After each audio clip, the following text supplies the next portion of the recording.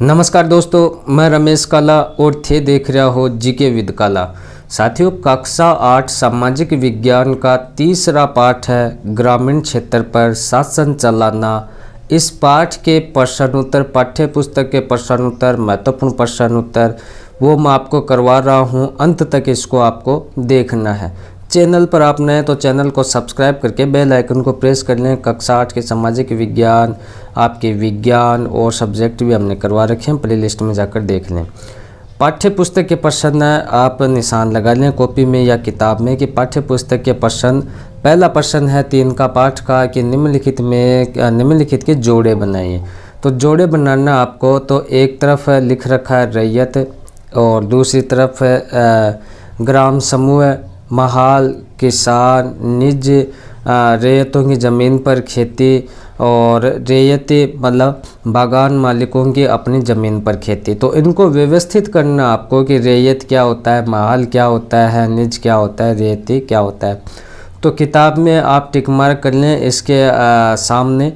तो लिख सकते हैं आप कि रैयत है वो किसान को कहा जाता है, महाल वो ग्राम समूह को कहा जाता है, निज है वो बागान मालिकों की अपनी ज़मीन पर जो खेती की जाती है उसे कहा जाता है, रैयती है वो रैयतों की ज़मीन पर खेती जो की जाती है उसे रैयती कहा जाता है। दूसरा प्रश्न आप देखें, रिक्त स्थान वाला क्वेश्चन है दोस्तों। खाली स्थान आपको भरना है कि यूरोप में वुड उत्पादकों को, खाली स्थान है, फिर साथ ही भर दिया मैंने इसको खालिस्तान को, ठीक है। खालिस्तान से अपने आमदनी में गिरावट का खतरा दिखाई देता है। तो खालिस्तान में क्या आएगा, नील के आयात, ठीक है दोस्तों। खै है कि 18वीं सदी के आखिर में ब्रिटेन में नील की मांग खालिस्तान के कारण बढ़ने लगी। तो किसके कारण, औद्योगिकरण आ जाएगा, ठीक है। इस खालिस्तान में क्या आएगा, औद्योगिकरण। फिर गया है कि पहले खालिस्तान दे रखा है कि खोज से नील की अंतर्राष्ट्रीय मांग का बुरा असर पड़ा। तो इस खालिस्तान में आ जाएगा कृत्रिम रंगों। उसके बाद है कि चंपारण आंदोलन खालिस्तान के खिलाफ था। तो ये किसके खिलाफ था, तो ये था नील बागान मालिकों के खिलाफ था। तो नील बागान मालिक इसमें आ जाएगा। तीसरा क्वेश्चन आप देखें कि स्थायी बंदोबस्त के मुख्य पहलुओं का वर्णन आपको करना है। तो क्या लिखोगे आप, जमींदारों द्वारा चुकाई जाने वाली राशि स्थायी रूप से तय कर दी गई थी, अर्थात भविष्य में इसमें बढ़ोतरी नहीं की जा सकती थी। राजाओं और तालुकदारों को जमींदार मान लिया गया। जो जमींदार राजस्व चुकाने में विफल रहता था उसकी जमींदारी छीन ली जाती थी। आप अपनी कॉपी में इसको नोट डाउन कर सकते हो दोस्तों।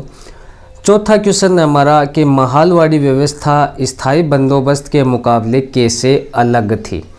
तो स्थायी बंदोबस्त में भू राजस्व संग्रह करने की जवाबदेही जमींदारों की थी, जबकि महालवाड़ी व्यवस्था में यह जवाबदेही गांव के मुखिया की थी, ठीक है। दोनों में क्या अंतर लिखोगे, स्थायी बंदोबस्त में भू राजस्व संग्रह करने की जवाबदेही वो किसकी थी, जमींदारों की थी, और महालवाड़ी व्यवस्था में ये जवाबदेही है वो गांव के मुखिया की थी।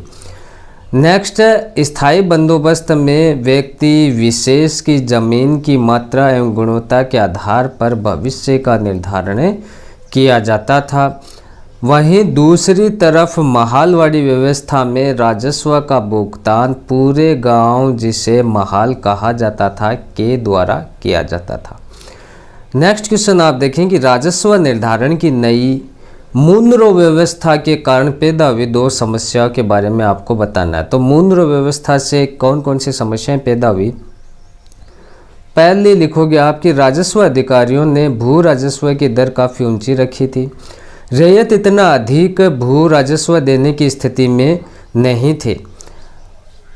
मुनरो व्यवस्था में ऐसा माना गया कि इससे सामान्य किसान संपन्न उद्यमशील किसानों में परिवर्तित हो जाएंगे, किंतु ऐसा नहीं हुआ। नेक्स्ट है कि रैयत नील की खेती में क्यों कतरा रहे थे। ध्यान से देखना आपको, रैयत नील की खेती से क्यों कतरा रहे थे। तो नील की खेती के लिए सर्वाधिक उर्वर भूमि की आवश्यकता पड़ती थी। शेष बची भूमि अन्य फसल उगाने के लायक नहीं होती थी। नील की खेती के लिए अतिरिक्त मेहनत तथा समय की आवश्यकता होती थी। फलतः दूसरी अन्य फसलों के लिए उनके पास श्रम और समय की कमी पड़ जाती थी। यह आपको नोट डाउन कर लेना है। नेक्स्ट लिखोगे आप कि नील की खेती मिट्टी की सारी ताकतें खींच लेती थी। नील की कटाई के बाद वहाँ धान की खेती नहीं की जा सकती थी। रैयत अपनी ज़मीन के एक निश्चित हिस्से पर नील की खेती करनी रैयत को एक निश्चित हिस्से पर नील की खेती है वो करनी पड़ती थी। अतः दूसरी फसलों के लिए उनके पास ज़मीन का एक छोटा हिस्सा ही बचता था। इससे उनकी खाद्यान्न की आवश्यकता है दोस्तों वो पूरी नहीं हो सकती थी। नेक्स्ट क्वेश्चन हमारा कि किन परिस्थितियों में बंगाल में नील का उत्पादन धराशायी हो गया था। तो आप क्या लिखोगे, बागान मालिकों के लिए काम करने वालों का सामाजिक बहिष्कार किया गया। बागान मालिकों की तरह से लगान वसूली के लिए आने वाले एजेंटों की पिटाई की गई। रैयतों ने कसम खा ली कि न तो वे नील की खेती के लिए कर्जा लेंगे और न ही बागान मालिकों के लिए लाठीधारी गुंडों से वो डरेंगे। बंगाल में नील उत्पादक किसानों को बागान मालिक कम ब्याज दर पर नकद कर्जा देते थे। कर्जा लेने वाले रैयत को अपनी कम से कम 25% ज़मीन पर नील की खेती करनी होती थी। किसान पहले इन कर्जों से बहुत आकर्षित थे। उन्हें जल्दी ही समझ में आ गया कि वह व्यवस्था बहुत कठोर थी। उन्हें नील की जो कीमत मिलती थी वह बहुत ही कम थी और कर्जों का सिलसिला कभी ख़त्म ही नहीं होता था। लोगों की स्थिति काफ़ी ख़राब हो गई। इस प्रकार इस विद्रोह के बाद बंगाल में नील का उत्पादन है वो धराशायी हो गया। दोस्तों आपके पूरे सामाजिक विज्ञान के प्रश्न उत्तर और सब्जेक्ट के प्रश्न उत्तर भी डिटेल से भी प्ले लिस्ट में मिलेंगे, डिस्क्रिप्शन में लिंक है। तो चैनल को आप ज़रूर सब्सक्राइब करके रखें दोस्तों, बेल आइकन को प्रेस करके रखें। धन्यवाद दोस्तों।